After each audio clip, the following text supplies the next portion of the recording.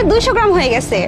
না না ম্যাডাম, সমস্যা নাই, 200 গ্রাম বেশি নেন, আমি তো আর অত খারাপ দোকানদার না। সমস্যা নাই ম্যাডাম, নেন। হ্যাঁ ভাই, আচ্ছা ঠিক আছে। তো কয় টাকা ভাই? 500 টাকা। ও আচ্ছা, দাঁড়ান আমি দিচ্ছি, এই নিন। আচ্ছা, থ্যাংক ইউ ম্যাডাম। আর এক কাজ করবেন, আমার দোকানে নিয়মিত আসবে, ঠিক আছে? যখন যা লাগে সব কিছু দেবো। হ্যাঁ আচ্ছা ঠিক আছে। এই যে নেন দোকানটা। আচ্ছা ঠিক আছে, আসি। আচ্ছা। আচ্ছা ঠিক আছে। আরে পাখি, যাও যা, এভাবে যদি কামাই করতে থাকি আমি তো অল্প দিনে দোকান বা শপিং মল দেবো। তাই হচ্ছে, ভালোই হচ্ছে। আরে প্রিয়া, আরে আরে তুমি কই গেছিলা? আরে বলো না, ওই যে মসজিদে ছিন্নি দিব তো, এর জন্য দোকান থেকে চাল আনতে গেছিলাম। ও যাক, ভালো করছো। কয় কেজি নিছো চাউল?